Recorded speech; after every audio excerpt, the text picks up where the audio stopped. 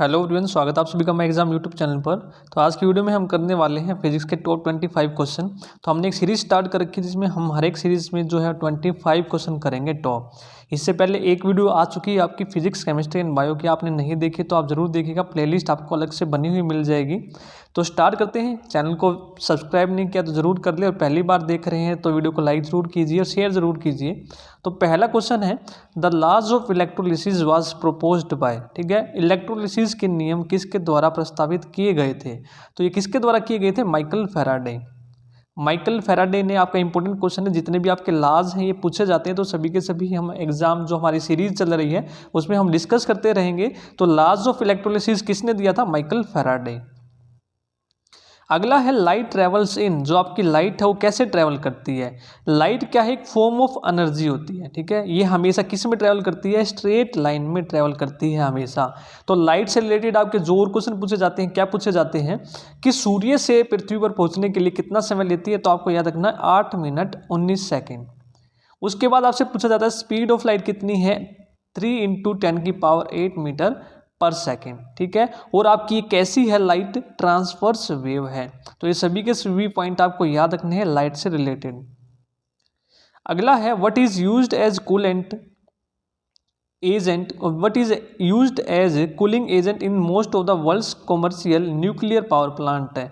ठीक है, तो पूछा गया है आपसे, विश्व के अधिकांश वाणिज्यिक परमाणु ऊर्जा संयंत्रों में शीतल एजेंट के रूप में क्या प्रयोग किया जाता है? तो सबसे ज़्यादा यूज जो होता है आपका कूलिंग एजेंट वो कौन सा होता है? पानी।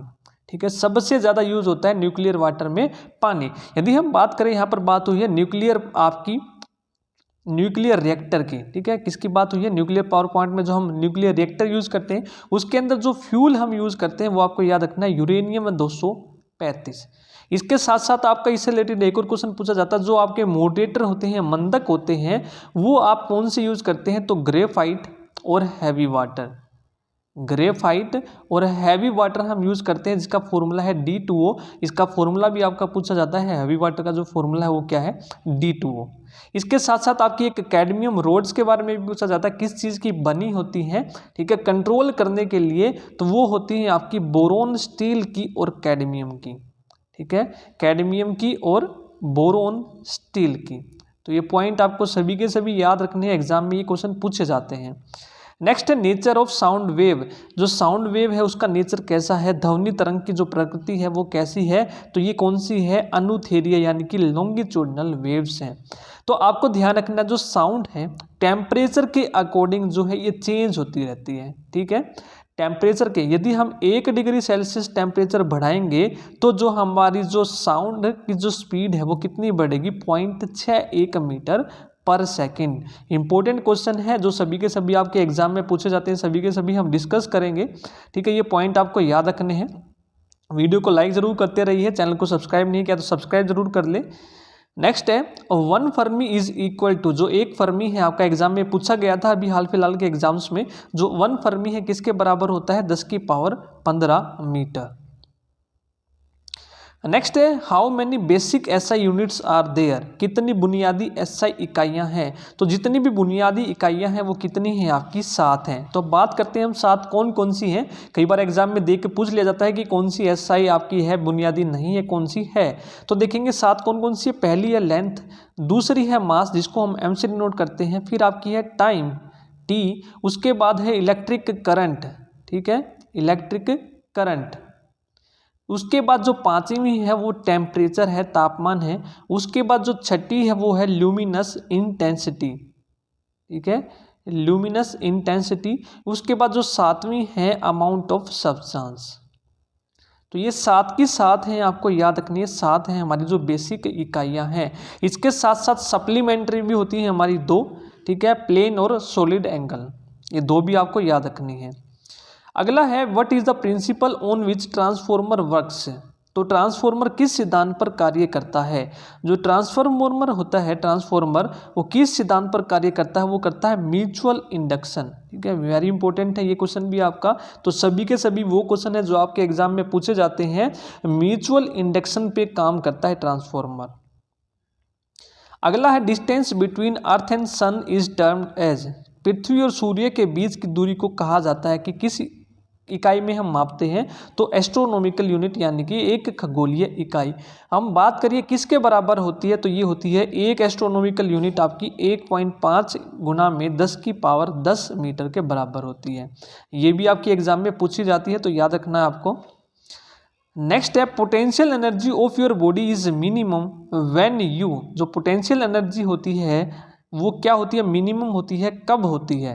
शरीर की संभावित ऊर्जा न्यूनतम होती है जब आप जमीन पर लेट जाते हैं, यानी कि लाई डाउन ऑन ग्राउंड। आप देखेंगे जो पोटेंशियल एनर्जी है हाइट के अकॉर्डिंग बढ़ती है, क्योंकि पोटेंशियल एनर्जी होती क्या है, रो जी एच, ठीक है। तो यानी कि हाइट पे ये क्या करती है, डिपेंड करती है। जितनी ज़्यादा हाइट होगी उतनी ज़्यादा पोटेंशियल एनर्जी होगी। यदि आप ज़मीन पे लेटे होंगे यानी कि हाइट 0 होगी तो क्या होगी, मिनिमम होगी। नेक्स्ट है freezing point of pure water, शुद्ध जल का जो हिमांक है वो कितना होता है। तो आपकी बात करें फ़ारेनहाइट में तो 32 डिग्री जो फ़ारेनहाइट होता है आपका शुद्ध जल का, ठीक है, 32 डिग्री फ़ारेनहाइट। नेक्स्ट है what is the unit of measurement of angle. अभी अभी हमने बात की थी आपकी सप्लीमेंट्री जो यूनिट होती है कितनी होती है, 2 होती हैं। तो कोण की माप की इकाई कौन सी होती है, रेडियन, ठीक है। एक आपकी प्लेन एंगल होती है और एक आपका सॉलिड एंगल होता है। प्लेन एंगल जो हम मापते हैं रेडियन में और जो सॉलिड एंगल हम मापते हैं वो स्टीरेडियन में। तो ये दोनों आपको याद रखने हैं, स्टीरेडियन भी आपका पूछ लिया जाता है। नेक्स्ट है radio waves of constant amplitude can be generated with an, ठीक है। जो आपकी निरंतर आयाम की रेडियो तरंगे उत्पन्न की जा सकती हैं, तो किसके द्वारा ये उत्पन्न की जा सकती हैं, ऑसिलेटर के द्वारा। अगला प्रश्न है Hooke's law is related to, जो हुक्स लॉ है वो किससे संबंधित है, हुक्स का नियम, तो वो है इलास्टिसिटी से। कैसे, आप देखेंगे इलास्टिक लिमिट के अंदर, ठीक है, जो इलास्टिक लिमिट है उसके अंदर जितना ज़्यादा हम स्ट्रेस लगाएंगे उतना ही ज़्यादा उसमें क्या होगा, चेंज होगा, यानी कि स्ट्रेस डायरेक्टली प्रोपोर्शनल टू होगी स्ट्रेन के, या फिर हम कह सकते हैं स्ट्रेन डायरेक्टली प्रोपोर्शनल टू होगी स्ट्रेस के, ठीक है। तो हुक्स लॉ आपको ये याद रखना है, तो इंपॉर्टेंट है ये भी, इलास्टिक लिमिट के अंदर ये रहना चाहिए, ये भी आपको साथ के साथ ध्यान रखना है। तो हुक्स लॉ आप देखेंगे होता क्या है, E is equal to stress by strain, यानी कि जो हमने स्ट्रेस लगाई और उसमें कितना चेंज आया, उन दोनों की रेशो क्या होती है, हुक्स लॉ के। अगला है sudden fall in barometer is indication of, barometer में अचानक गिरावट का संकेत है। तो बैरोमीटर हम यूज़ किस लिए करते हैं, एटमॉस्फेरिक जो प्रेशर होता है, दाब होता है, उसको मेज़र करने के लिए हम यूज़ करते हैं। यदि उसकी रीडिंग एकदम से गिर जाए तो इसका मतलब क्या है, वो क्या इंडिकेट करता है कि आंधी आएगी, यानी कि स्ट्रॉम आएगा। यदि वो धीरे धीरे नीचे गिरेगी उसकी रीडिंग, तो यानी कि वो किसका इंडिकेशन देगा, रेन का। यदि वो आपको कोई भी, यदि जैसे बैरोमीटर है, यदि वो इंक्रीमेंट करेगा स्लो राइज, तो यानी कि जो वेदर है हमारा बिल्कुल साफ है, स्लो नीचे गिरेगी तो बारिश होगी, और एकदम से उसकी रीडिंग नीचे आएगी तो यानी कि तूफान आने वाला है। नेक्स्ट है water moving up a straw is an example of, ठीक है, ये किसका एग्जाम्पल है, यदि एक भूसे में जो पानी है ऊपर जाता है तो वो है कैपिलरी एक्शन का उदाहरण है। नेक्स्ट है blue colour of sky is due to, स्वच्छ आकाश का जो नीला रंग होता है किसके कारण होता है। तो आपको मैं बता दूं, जब भी आपसे एक रंग की बात करेगा कि जो सूरज का रंग होता है वो लाल होता है, आसमान का नीला होता है, जब भी एक कलर की बात होगी, सिंगल कलर की बात होगा, हमेशा वहाँ पर आपका आंसर होगा स्कैटरिंग, प्रकाश का प्रकिरणन, ठीक है। तो स्कैटरिंग क्या होता है, तो स्कैटरिंग आप देखेंगे जो आकाश होता है उसमें छोटे छोटे पार्टिकल होते हैं जिनकी जो लंबाई होती है, यानी कि जो साइज होता है किसके बराबर होता है, वेवलेंथ के बराबर। जो लाइट की वेवलेंथ होता है उसके बराबर इनका साइज होता है। जैसे इस पर लाइट गिरेगी तो इन पर स्ट्राइक करने के कारण क्या होगी, वो लाइट अलग अलग दिशा में क्या करेगी, बिखर जाएगी, जिसको हम क्या बोलते हैं, स्कैटरिंग ऑफ लाइट, जिसकी वजह से हमें जो प्रकाश वो स्काई है उसका रंग कैसा दिखता है, नीला। नेक्स्ट है what is a magnetic field direction with in magnet, चुंबक के भीतर चुंबकीय क्षेत्र की दिशा क्या होती है। तो ये चुंबक होता है, नॉर्थ पोल होता है, इसमें साउथ पोल होता है। तो एक होती है आपकी बाहर की तरफ जो नॉर्थ से साउथ की तरफ जाती है, नॉर्थ से साउथ की तरफ जाती हैं, और अंदर डायरेक्शन यदि पूछे तो अंदर आपकी होती है साउथ से नॉर्थ। तो आपकी अंदर पूछिए, अंदर की दिशा जो क्या होती है वो होती है साउथ से नॉर्थ। यदि बाहर की तरफ पूछे तो नॉर्थ से निकलती हैं, वो साउथ की तरफ जाती हैं, तो आंसर होगा नॉर्थ से साउथ।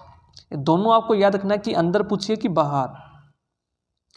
अगला है experiment demonstrating the existence of electromagnetic wave was first conducted by. ठीक है, तो यानी कि जो आपकी विद्युत चुंबकीय तरंग है के अस्तित्व को प्रदर्शित करने वाला प्रयोग सबसे पहले किसके द्वारा किया गया था? तो ये किसके द्वारा किया गया था? हेनरीज हर्ट्ज के द्वारा। ठीक है, हेनरीज हर्ट्ज के द्वारा ये किया गया था। नेक्स्ट है filament string is an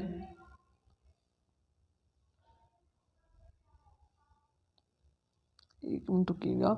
the filament जो स्ट्रिंग है इलेक्ट्रिक बल्ब की वो किसकी बनी होती है? Filament string in an electric bulb is made up of which metal? बिजली के बल्ब में फिलामेंट का तार किस धातु का बना होता है? तो वो बना होता है टंगस्टन का। टंगस्टन का, तो इसका एटॉमिक नंबर आपको याद रखना है कितना होता है? 74 होता है, और उसका जो बॉइलिंग पॉइंट होता है ज़्यादा होता है, इसलिए हम यूज़ करते हैं, वो होता है 6203 केल्विन। नेक्स्ट है drag is the force exerted by fluids. जो ड्रैग है तरल पदार्थ द्वारा लगाया गया बल है, तो उसको हम क्या बोलते हैं? तो ड्रैग को हम बोलते हैं फ्रिक्शन फोर्स। ठीक है, जो फ्लूइड होते हैं, जो फ्लूइड के पार्टिकल्स लेयर होती हैं, उनके द्वारा आपस में जो लगाया जाता है उस बल को हम क्या बोलते हैं? Friction force.